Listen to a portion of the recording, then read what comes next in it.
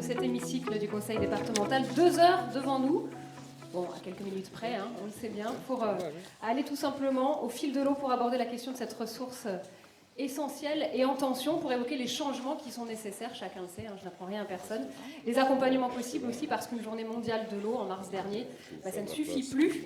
Et pour faire le point aujourd'hui sur les actions engagées par le département, par le SMIAG, par la Chambre d'agriculture ces derniers mois.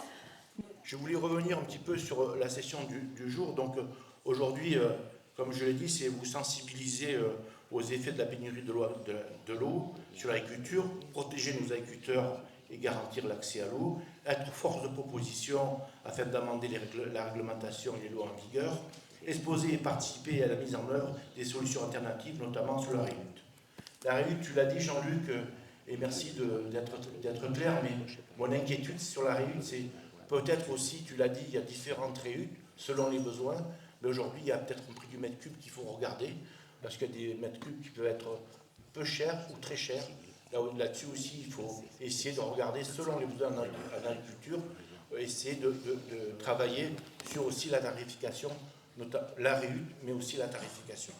Je voulais dire aussi un petit mot dans l'histoire, c'est qu'il y a 50 ans derrière, nous avions des canaux d'irrigation qu'on a laissé tomber, plus ou moins qu'on a perdu, si vous voulez, les droits. Je pense que c'est un tort de la profession agricole. Je pense qu'on a laissé faire des choses. On n'aurait jamais pensé aujourd'hui qu'on se retrouve là, si vous voulez, notamment, si vous voulez, sur une pénurie d'eau. Donc aujourd'hui, on est droit d'accès à l'eau potable. Donc je remercie les services de la métropole ici présents aujourd'hui sur une tarification de l'eau agricole. C'est une volonté de la métropole, il faut la saluer, parce que sans la tarification de l'eau agricole, on a des problèmes, notamment sous le coût du mètre cube. Le but aujourd'hui, c'est de vous dire aussi qu'on n'est pas des ayatollahs de l'eau. On est là pour économiser de l'eau et on a anticipé depuis bien longtemps. Jean-Philippe l'avait rappelé à la, si vous voulez, à la fête du Rouvray des agriculteurs, si vous voulez, c'était une alerte. Tu l'avais dit et tu l'avais bien anticipé. Et j'estime que là-dessus, il faut anticiper beaucoup plus que ça. Moi, ce que j'attends aujourd'hui, c'est, et j'insiste à la présence de la sénatrice ici aujourd'hui présente, parce qu'on a besoin de toi, on a besoin de vous pour travailler notamment sur l'avenir de l'agriculture en général, que ce soit dans les Alpes-Maritimes ou en général en France. Vous savez, comme vous l'avez dit, on l'a dit récemment, notamment au sein de l'agriculture, on perd des agriculteurs tous les jours, et j'estime qu'il faut préserver cette agriculture. Et mon souhait aujourd'hui, c'est de travailler ensemble avec vous pour trouver des solutions, notamment sur la REUT. Je sais que tu y as travaillé et tu as commencé à faire des propositions, et je pense qu'on est là aussi pour vous t'accompagner et travailler dans le bon sens, pour faire un groupe de travail, si vous voulez, par rapport à ces lois qui doivent être mises en place pour essayer de préserver le monde agricole. Et comme l'a dit Jacques avec ses mots, hein, que je salue au passage, c'est vrai que l'élevage dans notre département il est important. Il faut quand même rappeler aussi que l'agriculture en général et nos éleveurs, ce sont des pare-feux. Et aujourd'hui, même s'il n'y a pas d'eau, l'agriculture fait partie aussi des antifeux par rapport à des coupures, notamment sur des pâturages, sur des nettoyages. Si vous voulez manger tout ce qui est pâturage, mais aussi nos chèvres, ils sont capables aussi de faire un bon nettoyage dans nos montagnes. Et j'estime que là-dessus, il y a travailler en synergie entre le monde agricole, vous, élus, maires des communes, des métropoles, du conseil départemental, bien évidemment. Je salue et je remercie notre président du conseil départemental qui a très bien anticipé notamment la problématique de l'eau sur l'aspect Green Deal, et je sais que tu es à nos côtés et je t'en remercie fortement, et tout le conseil départemental en général, son équipe et tous les élus du conseil départemental, parce que j'estime aujourd'hui que le dossier fait partie d'une aide spontanée, notamment sur les moyens d'économie de l'eau, et on y a beaucoup anticipé, mais tu nous accompagnes là-dessus, et j'estime que c'est important d'avoir ces aides, parce que ça n'existe pas ailleurs. Je le dis aux agriculteurs et au point de vue national, c'est que l'aide M n'existe pas dans les départements limitrophes, n'existe pas au point de vue national, c'est une volonté politique du conseil départemental. Et vraiment, merci Charles-Ange, merci aux élus du conseil départemental, parce qu'on doit, si vous voulez, travailler ensemble, et je pense que tu l'as compris. 2 mots sur l'installation. Je salue Jérôme qui est là à mes côtés, Jérôme Coche. L'installation, il faut aussi, et je salue les services de l'État, notamment sur l'installation. Aujourd'hui, il ne faut pas avoir peur de dire installer un jeune, des moins jeunes, oui, mais la condition aussi, c'est qu'il y ait de l'eau. S'il n'y a pas d'eau, malheureusement, il faudra que des fois on dise non. Et ça fait peine de le dire, mais il faudra qu'on ait le courage de le faire, parce qu'il n'y a pas d'eau, il n'y a pas de vie, il n'y a pas d'agriculture. Voilà, je vais en arrêter là et merci de m'avoir écouté. Merci. De revenir un peu à quelques chiffres, parce que le but, tu l'as dit, Michel, c'était de faire ce lobbying et de donner des explications sur ce qu'est l'agriculture. On est présents tous les deux aujourd'hui pour l'agriculture, il n'y a pas que nous. Hein. L'industrie est touchée, le BTP, enfin c'est tout le monde qui est touché par ces manques, mais moi je prendrai des propos pour l'agriculture. Donc le manque d'eau, il remonte, alors ça fait déjà, je disais tout à l'heure à madame, si on reprend mon discours des assises de l'agriculture d'il y a 12 ans maintenant, on est mot pour mot où on se trouve aujourd'hui, mais le manque d'eau remonte fortement marqué depuis le mois d'août 2021. Voilà, donc c'est pas quelque chose qui vient d'arriver. Écoute, quelques chiffres. Les précipitations donc, de la saison de recharge 2022-2023 de septembre au mois de mars, eh bien, c'est 47% de déficit, ce qui était long.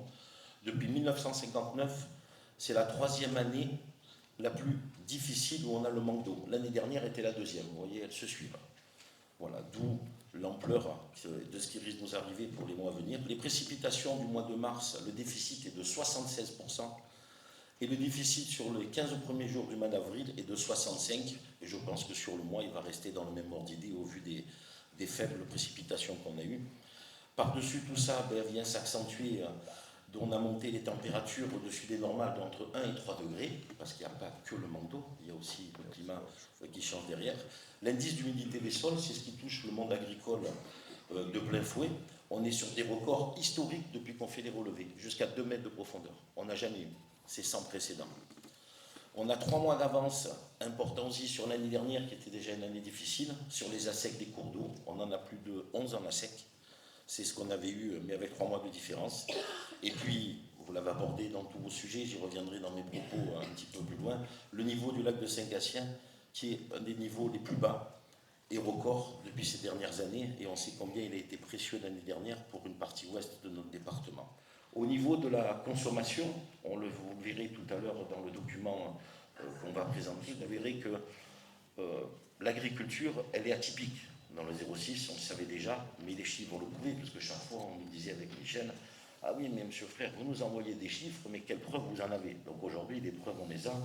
Et merci, Charles-Ange, des fonds que vous avez mis. Merci au service de l'État pour le financement. Et vous verrez que l'étude, on est à peu près à environ de 3% de la consommation globale, ce qui est du papier à cigarette comparé aux autres départements où c'est un tiers, voire 40-45%. On en est très, très loin. L'accès à l'eau, sachez quand même, on est aussi atypique. Alors, on est les seuls de France avec une toute petite partie de nos collègues varois.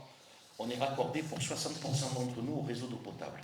Alors, Michel, tu l'as bien dit, c'est une folie, on le sait tous, mais malheureusement, on a oublié, quand on a pris le réseau agricole, de mettre un deuxième tuyau. Donc certes, oui, aujourd'hui, on arrose des légumes avec de l'eau qui a été traitée. Il est certain que ça peut paraître absurde, mais en tous les cas, c'est là. On a aussi un gros travail de fond.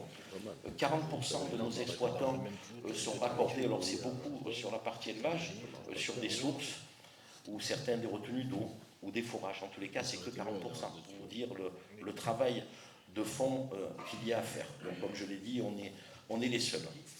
L'effort, il doit être fait de tous. Mais à un moment donné, il va falloir quand même qu'on fasse respecter les règles. Parce que prendre des arrêtés, c'est bien. Mais après, il faut les faire appliquer derrière. Et là, c'est aussi encore d'autres moyens pour le faire. Alors, je préfère, je vais le dire très clairement, garder nos touristes, mais que certains, la piscine, à voir comment on peut faire, peut-être les diminuer, mais en tous les cas, arroser une pelouse, vous verrez sur les fiches, qui représentent à l'année 1 hectare, 8000 mètres cubes de consommation, alors qu'une exploitation d'1 hectare de légumes sur l'année, sur la zone littorale, c'est 2500. L'eau est un bien commun. Les changements climatiques vont nous obliger à changer nos habitudes. Il nous faut prendre des décisions urgentes afin de garantir un accès à l'eau pour tous. Et ces décisions, tu l'as dit Eric, pour qu'elles soient applicables et respectées de tous, il faut qu'elles soient partagées par tout le monde.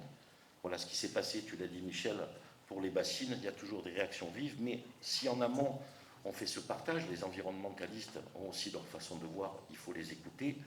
les maires, les élus, le monde agricole, n'importe quelle association, mais si ce n'est pas partagé, on ne réussira pas, on le voit. Pour tout ce que je viens de dire, nous demandons à l'État de prendre la mesure des investissements financiers à court terme qu'il va falloir faire. Et avec ça, nous demandons pas simplement un plan haut, mais un plan Marshall.